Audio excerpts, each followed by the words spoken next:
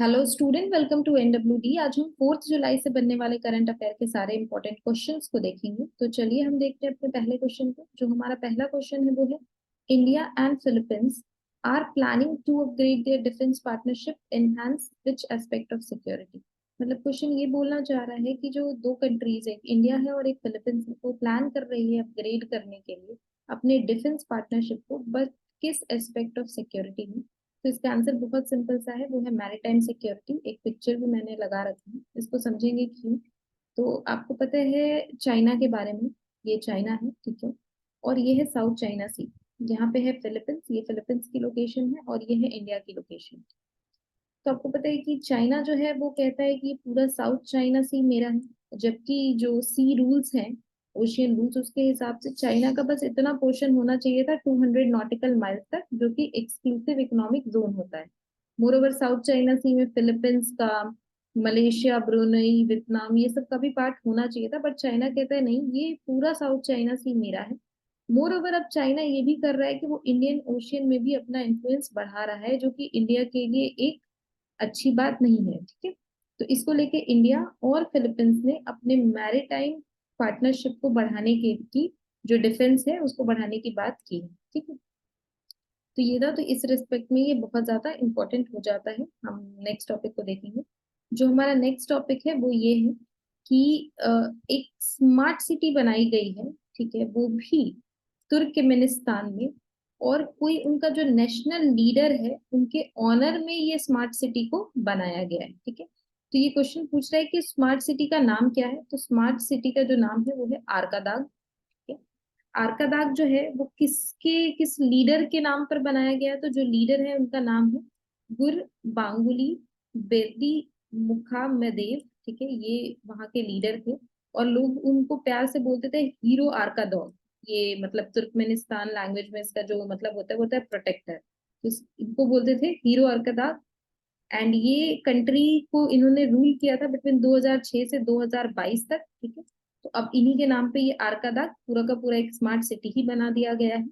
और ये जो है ये 30 किलोमीटर साउथ वेस्ट है, जो इसकी कैपिटल है आशगाबाद से, ठीक है। ये मैप में समझते हैं इसको, ठीक है। ये जो है ये तो वो सिटी है आर्कादाग जो बनाई गई है, ये पूरी सिटी उनके नाम पे। तो ये बोल रहा है कि ये आशगाबाद जो है ये तुर्कमेनिस्तान की कैपिटल है। और इससे अगर आप साउथ वेस्ट की तरफ बढ़ते हैं, मतलब थोड़ा सा इधर की ओर बढ़ते हैं, तो कहीं इधर 30 किलोमीटर के आसपास ये सिटी को बनाया गया है, जिसका नाम दिया गया है आर्कादाग, ठीक है। आर्कादाग है सिटी का नाम। ये यहाँ के जो रूलर हैं उनके नाम पर पड़ा है, प्रीवियस रूलर जो 2022 तक जिन्होंने रूल किया था, ठीक है।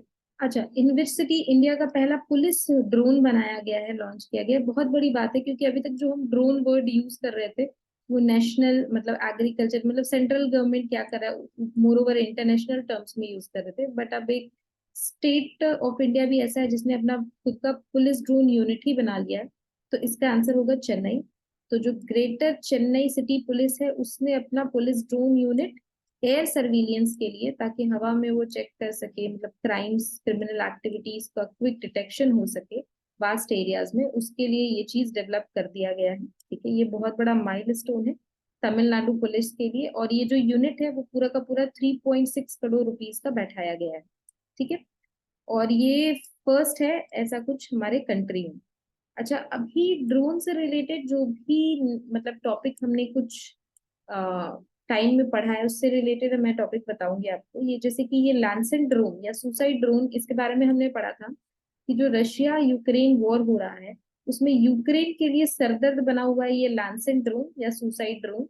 ये क्या करता है, ये तो पहले तो जो टारगेट है उसको मारता ही है, लेकिन अगर आसपास के कुछ लोग बच गए होंगे तो ये खुद ब्लास्ट हो जाता है, इसीलिए इसका नाम है सुसाइड ड्रोन। ये उसको भी मार देता है, ठीक है। ये ग्रुप्स में चलते हैं। तो ये न्यूज में रहा बहुत ज्यादा क्योंकि ये यूक्रेन के लिए सरदर्द बना है।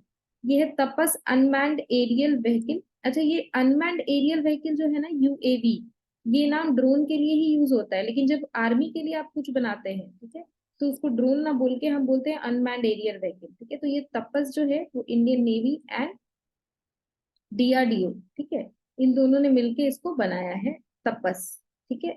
यूएवी मतलब ड्रोन, अनमैन्ड एरियल व्हीकल। फिर जो डिफेंस मिनिस्ट्री है उसने MQ9 reaper don't deal with US को फाइनल कर दिया, अप्रूव कर दिया। ठीक है, ये MQ9 रीपर ड्रोन, आपको पता है कि अभी क्या है कि ड्रोन बहुत ज्यादा न्यूज में रहा। आपको पता है कि जो तालिबान का जो मेन लीडर था, ठीक है, उसको भी ड्रोन ने ही मारा। ठीक है, इवन रशिया यूक्रेन वॉर में भी ड्रोन का बहुत ज्यादा यूज हो रहा है, तो इसको लेके ड्रोन बहुत ज्यादा चर्चा में है, तो हमें ड्रोन से रिलेटेड हर टॉपिक को जानना होगा। ठीक है, नेक्स्ट जो हमारा टॉपिक है कि जो वर्ल्ड बैंक है उसने अभी अप्रूव किया है एक फाइनेंशियल पैकेज $1.5 बिलियन का। अब पूछ रहा है किस सेक्टर ऑफ इंडिया के लिए इसको किया गया है। ठीक है, ऑप्शंस में मैंने लिखा है health care sector, education, agriculture या लो कार्बन एनर्जी सेक्टर। तो आंसर है इसका लो कार्बन एनर्जी सेक्टर। ठीक है, तो अभी आपको पता है कि जो गवर्नमेंट ऑफ इंडिया है उसने एक मिशन चलाया रखा है जिसका नाम है नेशनल ग्रीन हाइड्रोजन मिशन। ठीक है, ठीक है, उसका क्या एम है कि ये ज्यादा, आपको पता है कि जो कार्बन होता है, जैसे हम गाड़ी चलाते हैं या हम फैक्ट्रीज में काम कर रहे हैं तो इससे CO2 निकलता है। ठीक है, तो मेनली कि कार्बन जो मेन है वो निकल रहा है। तो एक गवर्नमेंट का लक्ष्य है डीकार्बोनाइजेशन करने का 2030 तक मैक्सिमम। ठीक है, और उसको रिप्लेस कर देने का हाइड्रोजन के साथ। ठीक है, हाइड्रोजन मोस्ट एबंडेंट गैस है, मीन्स मोस्टली प्रेजेंट है एटमोस्फेयर में, मगर उसको चेंज करना एक डिफिकल्ट प्रोसेस हो जाता है, बट इलेक्ट्रोलाइसिस के थ्रू हम ये कर सकते हैं। तो गवर्नमेंट इसी के ऊपर टारगेट कर रही है। तो आप देख रहे हैं कि $100 बिलियन जो है वो प्राइवेट सेक्टर को डीकार्बोनाइज करने या हाइड्रोजन से ये करने के लिए, ठीक है, ये करेगी 2030 तक। ठीक है, अब वर्ल्ड बैंक ने भी क्या किया है, $1.5 बिलियन फाइनेंस कर दिया है ताकि ये जो 2030 का लक्ष्य है गवर्नमेंट का वो एक्सेलरेट तेज हो सके, ताकि India low carbon energy sector बन सके। मतलब कार्बन में लो, ठीक है, carbon low and hydrogen high. ठीक है, मतलब हम ज्यादा से ज्यादा क्लीन गैस या इन्वायरमेंट को बचाने के लिए यूज कर सकते हैं। नेक्स्ट टॉपिक को देखेंगे। नेक्स्ट है हमारा कि अभी जो है रंजीत सिंह धत, ठीक है, राजेंद्र सिंह धत, आप यहाँ पे इनकी फोटो देख सकते हैं। उनको किसी अवार्ड से यूके में ऑनर किया गया है 2023 के लिए। तो उस अवार्ड का नाम पूछ रहा है। तो उस अवार्ड का नाम है पॉइंट्स ऑफ लाइट अवार्ड। ठीक, किसने दिया है ये? तो ये दिया है, आप देख सकते हैं, ऋषि सुनाक ने। ये है ऋषि सुनाक। ठीक है, यूके के PM, इन्होंने दिया है राजेंद्र सिंह दत्त को। इनकी एज है 101 ईयर्स। ठीक है, और ये जो है इसलिए दिया गया है क्योंकि इनको रिकॉग्नाइज कर दिया गया इनकी सर्विस एंड वर्क के लिए, क्योंकि ये रन करते थे एक एसोसिएशन जिसका नाम है undivided Indian ex serviceman association. ये जो पॉइंट ऑफ लाइट अवार्ड है, ठीक है, ये सोशल चैलेंजेस, ठीक है, जो अपनी कम्युनिटीज में लोग कर रहे हैं और उसमें जो इनका सिग्निफिकेंट रोल है उसको लेके ये चीज दी गई। नेक्स्ट देखेंगे। नेक्स्ट बहुत इंपॉर्टेंट टॉपिक है हर एस्पेक्ट से। तो ये जो टॉपिक है ये है कि ऐसी कौन सी कंट्री है जिसने अभी अनवील कर दिया है अपना first ever report on critical minerals. ठीक है, कि उसकी कंट्री में कितना क्रिटिकल मिनरल है, इसको अनवील किया है। तो इसका आंसर है इंडिया। इंडिया के जो यूनियन मिनिस्टर है माइंस के, ठीक है, प्रहलाद जोशी, उन्होंने ही अभी अपना रिपोर्ट ऑन क्रिटिकल मिनरल्स को ऑफ इंडिया को अनवील कर दिया। आपको पता है कि क्रिटिकल मिनरल्स जो है वो बहुत इंपॉर्टेंट है आज के डेट में इलेक्ट्रॉनिक सामानों के लिए। ठीक है, तो मतलब चाहे डिफेंस हो गया, एग्रीकल्चर हो गया, टेलीकॉम हो गया, हर जगह ये क्रिटिकल मिनरल्स जरूरी होते हैं। ठीक है, अच्छा, ये क्रिटिकल मिनरल्स क्या है वो मैं थोड़ा सा आपको बताऊंगी। ये जो क्रिटिकल मिनरल्स होते हैं ये हैं graphite, lithium, cobalt and 17 rare earth elements. ठीक है, मतलब 17 ऐसे और अर्थ मेटल, ये सब मिलके बनाते हैं क्रिटिकल मिनरल्स। जैसे कि, अच्छा, ये रेयर अर्थ एलिमेंट्स में क्या क्या आ जाएंगे? तो 15 लैंथेनाइड्स आ जाएंगे, स्कैंडियम और यीट्रियम आ जाएगा। ठीक है, इसको थोड़ा सा मैं पीरियोडिक टेबल से समझाऊंगी कि कैसे ये कंफ्यूजन लग रहा होगा आपको। देखिए यहाँ पे आप इसको समझने की कोशिश करिए। जैसे ये जो स्कैंडियम है, ठीक है, 21 जो है उसका एटॉमिक नंबर, ये यीट्रियम है। और यहाँ पे ये जो स्टार मार्क बनाया हुआ है, ये हम यहाँ से यहाँ तक इसको ये कर देते हैं, ये लैंथेनाइड्स, मतलब 57 से 71 तक ये सारा।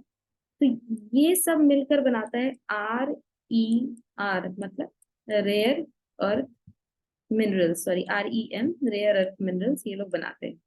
ये सब मिलके स्कैंडियम, यीट्रियम और ये लैंथेनाइड्स, तो ये ग्रुप पूरा REM है। अच्छा, तो REM ये होता है, तो हमें तो क्रिटिकल मिनरल्स पढ़ना है क्योंकि इंडिया ने तो अभी उसी से रिलेटेड अपना रिपोर्ट जारी किया है, राइट। तो अगर आप क्रिटिकल मिनरल्स की बात करें तो ये हमारा जो लिथियम है वो हो गया, लिथियम को छोड़ के कोबाल्ट हो गया, और कार्बन के लिए एक ग्रेफाइट हो गया, ठीक है।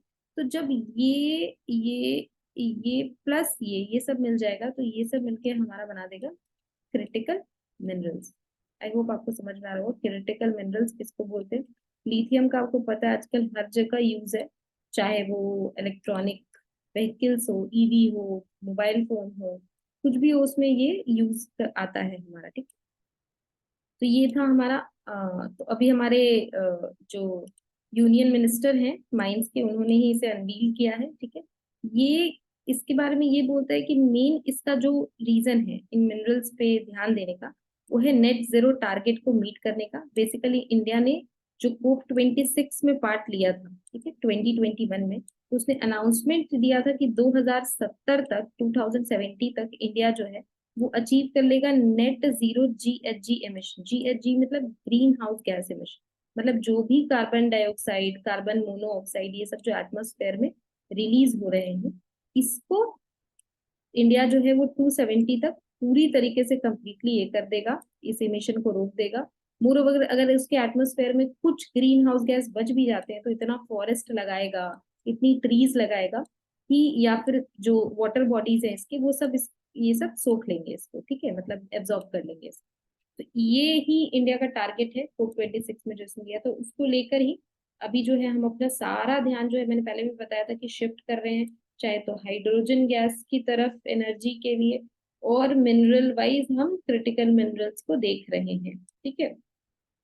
तो ये तो क्रिटिकल मिनरल्स हो गया, इंडिया इसका आंसर हो गया। हम क्रिटिकल मिनरल्स से रिलेटेड वर्ल्ड क्या कर रहा है वो भी समझेंगे।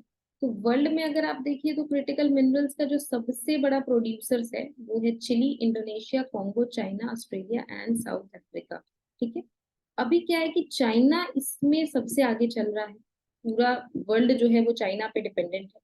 इसको लेकर एक मिनरल सिक्योरिटी पार्टनरशिप बनाई गई है, ठीक है, यूएसए के द्वारा। यूएसए ने मेनली इसको बनाया, मिनरल सिक्योरिटी पार्टनरशिप अलायंस है, जो कि एक अल्टरनेटिव ढूंढ रहा है चाइना का, ताकि वो, क्योंकि चाइना ने क्या किया, एक बहुत बड़ा अपना प्रोसेसिंग इंफ्रास्ट्रक्चर खड़ा कर रखा है इस रेयर अर्थ मिनरल्स में।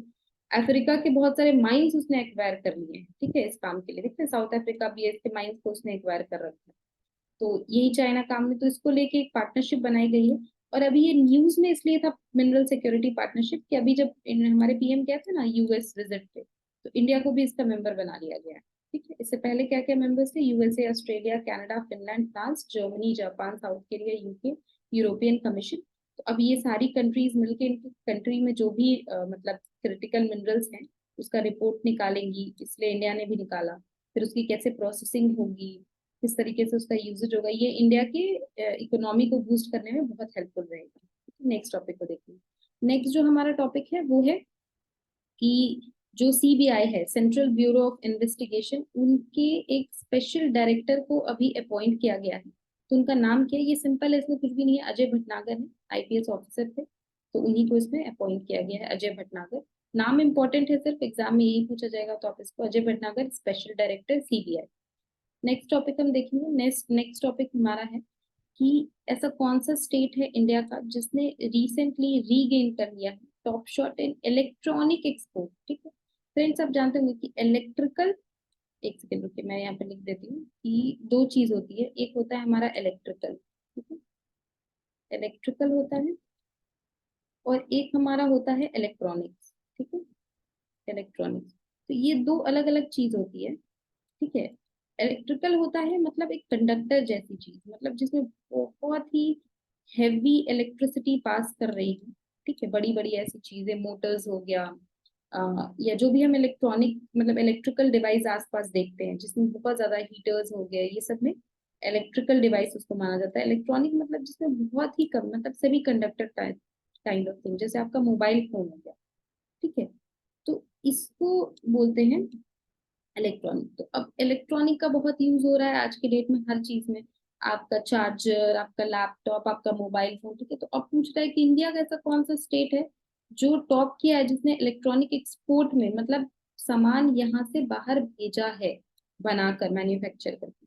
तो इसमें बहुत बड़ा माइलस्टोन है तमिलनाडु का, बहुत इंपॉर्टेंट है, ठीक है।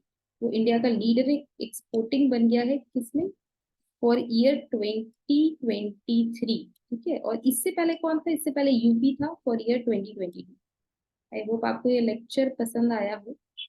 तो अगर आपको ये लेक्चर अच्छा लगा है तो आप प्लीज चैनल को सब्सक्राइब करें, मेरे इस वीडियो को लाइक एंड शेयर करें। Thank you.